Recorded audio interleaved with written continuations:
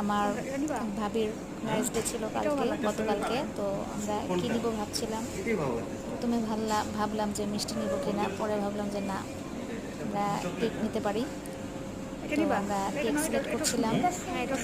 তো আমার মেয়ে আর মেয়ের বাবা এই কেকটা চয়েস করলো। আমারও ভালো লেগেছে কেকটা, তো এটাই নেওয়া হলো।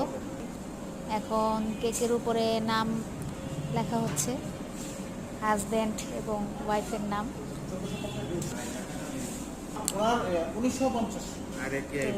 আমরা বললাম যে সাদা মানে ইয়ে দিয়ে লেখা হোক, আর একটা হার্ট শেপ থেকে তার মধ্যে রেড কালার দিলে ভালো লাগবে।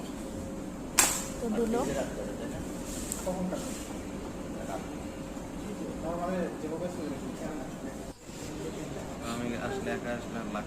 মিস্টার বেকার হ্যাপি বার্থডে না তো, হ্যাপি অ্যানিভার্সারি।